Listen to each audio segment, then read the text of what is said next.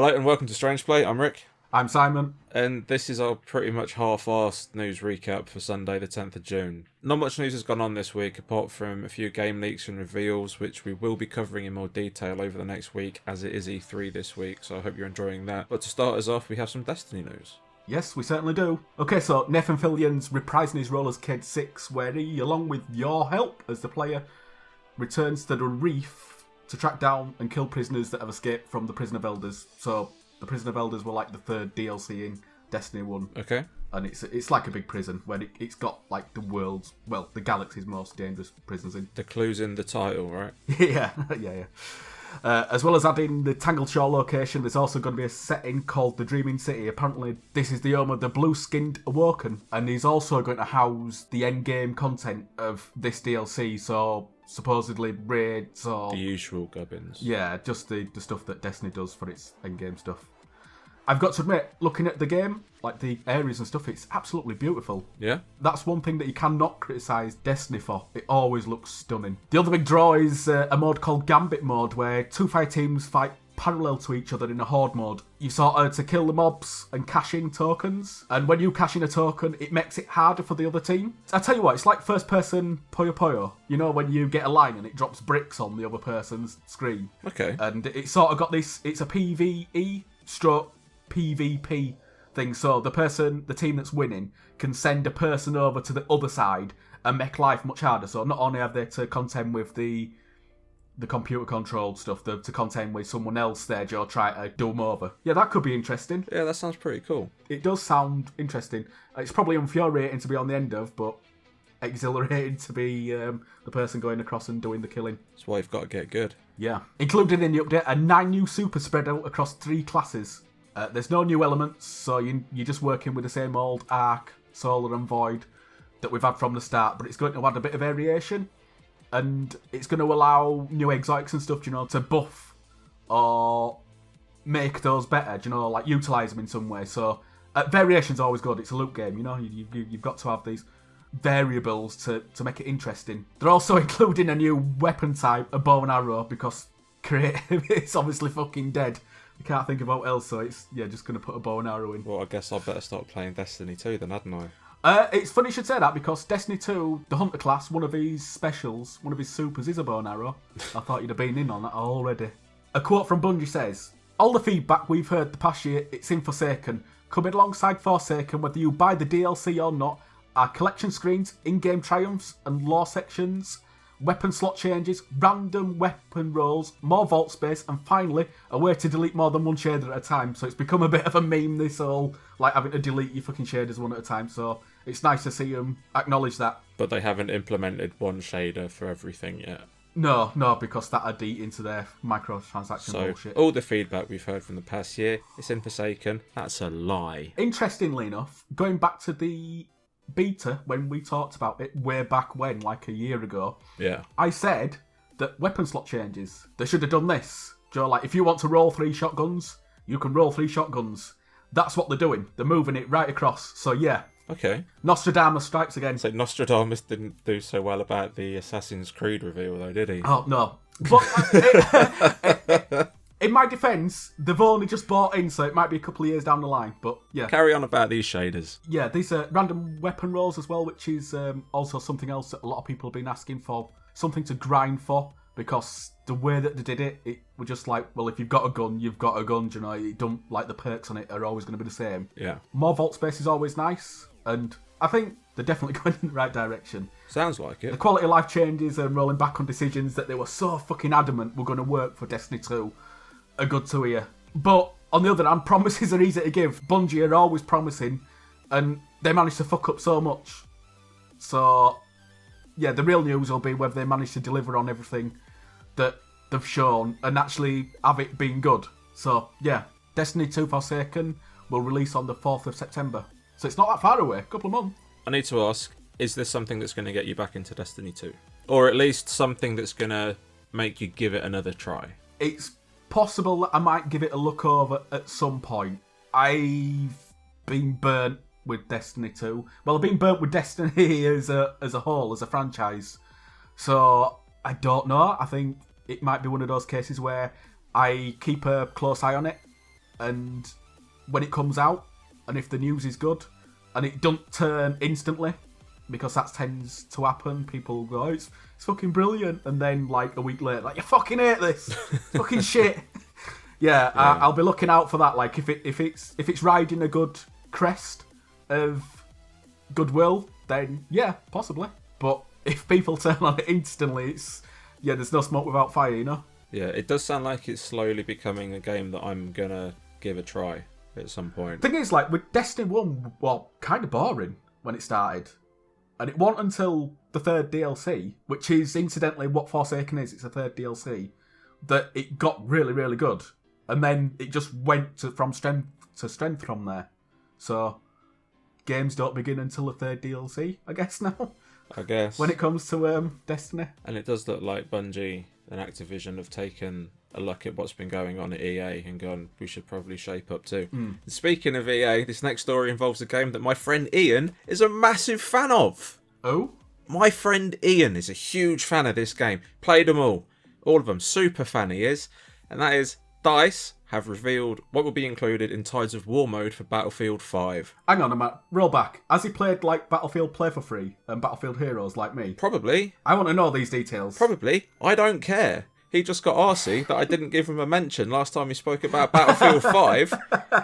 So now, I'm giving him a mention. Ian, this story's for you. DICE have revealed what will be included in Tides of War mode for Battlefield 5. A game that my friend Ian is a massive fan of the series for. Go on, just keep hammering it home. I've got to make him happy. I care very deeply for him. In their own words, Tides of War is an ever-changing journey that starts with the fall of Europe. To everyone else, this is how they will be delivering seasons of updates to keep players interested. The way DICE is spinning it is they want the people playing the game to feel how the war evolved over the course of the conflict. We're guessing this is in regards to the technical arm race, with vehicles and weapons evolving and being introduced to the battlefield. That's pretty cool.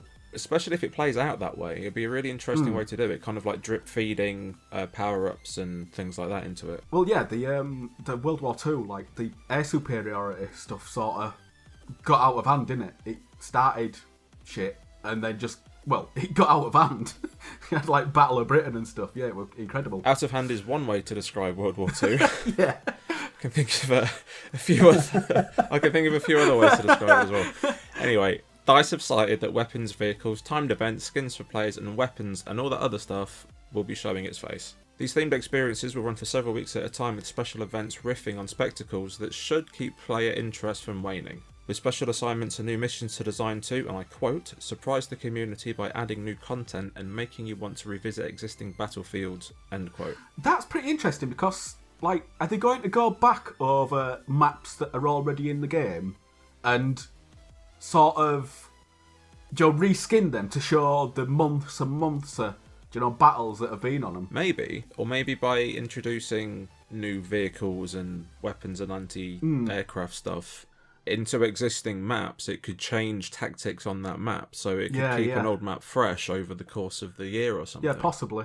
But more on that later. With the controversy surrounding Star Wars Battlefront 2 still in recent memory, DICE's Lars Gustafsson is keen to reiterate, and I quote, players cannot play to get unfair gameplay advantages. Cosmetics is what we're going to sell. End quote. DICE explains that basically everything in-game that can be put under control of the player is customizable in some way. The Tides of War drops will add to these each time they release. They also mention the archetypes will release via this system, allowing you to tailor the 4 classes in the game to do specific jobs that fall within their scope. For example, it wouldn't surprise me if we get an anti-tank loadout added to the mix for when the bigger, more armoured vehicles hit the battlefield. So going back onto what we were saying about the ever-evolving battlefield, keeping things fresh. I tell you what, I mean, I'm not really into cosmetic stuff. I'm vehemently against it.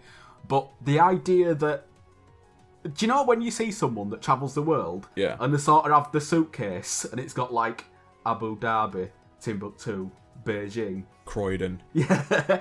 Right. Imagine getting into a tank. If you've been playing the game for a long time and you've got like stickers all over it saying like Battle of Britain or Iwo Jima or, all those like... Stalingrad. Yeah. Those really, really famous... but yeah, that sort of, like your tank looks like a suitcase because it's just been everywhere. I think that would be pretty cool. It'd look fucking stupid, but, the tech liberties with these games anyway. Yeah, cosmetic stickers for your tank. That'd be amazing. Yeah. But no, this sounds cool. It sounds interesting. Kind of similar to what they're doing in Battlefront 2, but like a more advanced Evolved version. I'm super interested to read more about it though, and to actually see it in action. Yeah. Thinking about it, by the time this video's out, we may have already seen it in action. Yeah. Yeah, so keep your eye out for that, and also keep your eye out for the release of Battlefield Ian, which launches on October the 19th. On to a more serious story. Next up, Valve has decided it's going to allow everything on its digital distribution platform as long as it's not illegal or straight up trolling. Those are their quotes as well, which is a really, really weird way to put it. It comes after much debate shortly after Valve began to remove visual novels that had explicit adult content in them. So these like books show with like waifus and stuff. It's like hentai books, basically. Yeah, and this was followed by the game Active Shooter, which, if you didn't know, came under the spotlight for being distasteful as fuck, considering the trend of mass school shootings the USA has been enduring over the past few years or so. Oh yeah, so but it wasn't glorifying it. It was actually a SWAT simulator. Fucking idiots. I have a few things to say about this a little bit further down when we get to the end. To cut quite a long story short, because it is a fucking long story, and Valve have blathered around it, they went, fuck, we can't be bothered with this. Let's just let everything through. For the sake of clarity, with the exception being games that straight up break the law or set out to attack a section of society. Eric Johnson of Valve went on to say in a statement, one of the principles in the forefront of our minds when we started Steam is that Valve shouldn't be the ones deciding this. If you're a player, we shouldn't be choosing for you what content you can or can't buy. If you're a developer, we shouldn't be choosing what content you're allowed to create. And with that, Valve will be adding a disclaimer that the games we allow onto the store will not be a reflection of Valve's values, beyond a simple belief that you have the right to create and consume the content you choose. So, is it brave? Is it stupid? Like, what do you think? It's fucking stupid. And the thing that's really frustrating as well is when they said that they were getting rid of Greenlight, they were going to crack down on things and make it a much more sort of like focused store, and there'll actually be some level of quality control on it. And now it just feels like they've gone from the Wild West to fucking Mad Max. Yeah. You know? That's it, it's a fucking free-for-all. Oh, fuck it, it's gone from Mad Max to Waterworld. Except without Kevin Costner's vagina gills on his neck. They're probably in there somewhere. They are now. I've seeded the thought in someone's mind. Yeah, this is fucking stupid. But it was inevitable. The amount of games that appear on Steam daily, it's unmanageable. Even with community help, like even with community moderation, it's completely unmanageable. See, are you for or against this? Against. Just in that the quality's going to go down. And there's going to be a lot of exploitation on it. Right. Look at the issue that you have with asset flips. Yeah. And people making a quick buck and ripping people off. And it's just creating like a toxic gaming culture for PC specifically. See, I am the complete opposite of what you believe. Yeah? I'm for it. Let me explain. I will. That Active Shooter game, really, really fucking bad taste. Like, really, really bad taste. Right? But eventually, someone's going to approach that subject and they're going to do it with taste.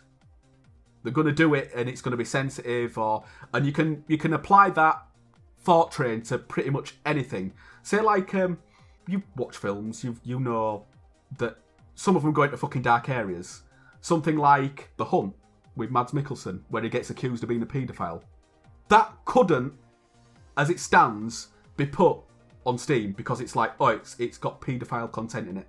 But under the new things, it's like, okay, well, it's tastefully done, it's well thought out, that's fine. It's same with the old sex things, the books, the hentai or whatever you want to fucking call it, the waifus. People want to fucking do it, let them do it. It's their money. The cream's going to rise to the top. Of course, you're going to have asset flips and, shitty things going on, and you're going to have all sorts of, like, Rule 34 stuff going on. But I think taking the fucking limits off and allowing people to actually go in and attack these subjects, it's going to be thought-provoking in a lot of instances. So I don't know if you remember in the mid-noughties there were a game that used a Source engine and it simulated what it was like to be in the Twin Towers when they were struck. Right. And it sort of randomised it so that sometimes you could escape. You could get right to the bottom of the towers, escape. And it's like, fine. But occasionally, bear in mind it was totally random how it built the levels. You had no option but to die in the fire or jump. And being faced with that, as someone like that can think and rationalise, it's like, oh man, this paints a portrait that's much easier for us to understand, actually being there via the medium of video games and going, oh man, this is fucking awful. Like, I never really thought it'd be this bad, but it is. And allowing them to do this and get away with stuff like that, from a creative point of view, it's going to be really, really good. Of course, there's going to be a lot of shit. Like, it's not all going to be fucking sunshines and rainbows. You're not going to have lots of mega hits. But I think that as a tool to push video games forward and have more uncensored stuff, I think it's necessary. Yeah, but that's not how it's going to happen, though, is it? Maybe not. It might take a long time for it to happen. There's going to be a lot of stuff where it's just going to be fucking awful. But a lot of things start out awful, and it self-manages itself. It weeds all that shit out, and we get these experiences that are going to be genre-changing. They're going to define that sort of thing. So, it's like some of it's like extremely bad, like you say, but some of it, there can be good that comes of it. You can be put in places that you wouldn't necessarily want to be in. Say, like, I don't know, they could make a game about, being part of the far right or something, and dealing with the consequences of what it's like to be part of the far right. I mean, we're not far right. We're never going to be fucking far right. We're never going to go to... But understanding the pressures of what it's like to be part of that society is something that's interesting to look into as an outsider. And that's why I think it's good. Like, I can see where you're coming from, because there was a game called 6 Days in Fallujah, and I'm just going to read from the Wikipedia page for you. Right, okay. So the game follows a squad of US Marines from the 3rd Battalion 1st Marines fighting in the Second Battle of Fallujah over the span of 6 days in November 2004. The premise of the game was the subject of controversy in 2009, with questions raised as to its appropriateness, especially given the fact that the true events the game is based upon was recent at the time. It was originally to be published by Konami. However, in April 2009, a spokesman informed the Associated Press that Konami was no longer publishing the game due to the controversy surrounding it. As of June the 8th, 2018, the game has not been released and there are no set release date. So this is meant to be like a tastefully done game based on something real that happened, but no one would touch it because of the fact that it was based on a real conflict. Yeah. So now that the floodgates are open on Steam, these guys, Atomic Games, could be in a position to self-publish and actually get this game out there. Yeah, yeah. But for every 6 days in Fallujah, you're gonna have... a billion fucking games of shit. Yeah, like... Yeah. And literally a billion games of shit. Yeah, yeah, I've no doubt in that. Shit on a homeless man. Let's play poop chess. Here's a game about dicks. And although I can see where you are coming from, in that there is going to be the occasional game that is not going to be constrained by the censorship of publishers, that's going to get through, that could be thought-provoking. Is it worth the payoff for the amount of shit that we're going to have to deal with anyway, when we don't know for sure if at some point down the line said game could have been published by somebody else or self-published as an indie game through a different means? I mean, it's a case that, like, Konami fucking bottled that, and they shouldn't have done. Yeah. Because if it had been good, they'd have taken the cream. They'd have done really well off it. And that's the thing, like, the industry's so scared of doing certain things. Like, what was that fucking film when Harvey Weinstein fucking got caught up? I think it was a woman that produced it. She was really, really good. We're going to win loads of awards. Basically, she did that film that called out the Hollywood sex scandal. Fucking ruined her. Like, it ruined her. Like, she's not... It's just been totally fucked since. I can't remember what it was fucking called. But it's a valid film. Like, it's researched. It's got all the things there. It's not sensationalised or anything like that. It's a straight to the point film. Yeah. But because some people don't like it, it suddenly it got swatted out. And that's the thing, like, the censorship and the constriction of certain subjects shouldn't be constricted if it's done right. You're going to get a lot of people that do wrong, like they just don't understand what they're talking about, and it's going to cause a lot of fucking heartache for a lot of people. And you're going to get the people who are going to troll. Yeah, straight up. Because what the fuck is Steam going to do about it? They said if it as long as it doesn't break the law or trolling. Yeah. But 90% of the shit on there is people trolling. Yeah. And they're doing fuck all about it. Another interesting thing about this is it opens up the games for like sex and VR stuff. Yeah, the guy from Oculus was saying Yeah. that he's looking forward to it because he thinks that there's going to be a real push in like adult VR experiences. Yeah, suddenly VR's like the hottest thing because sex is pushing it. Sex has pushed VCR, DVD, it's pushed cell phones, like bandwidth on cell phones as well as colour screens.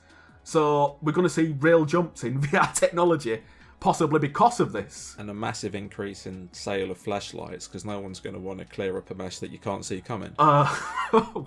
Boom, boom.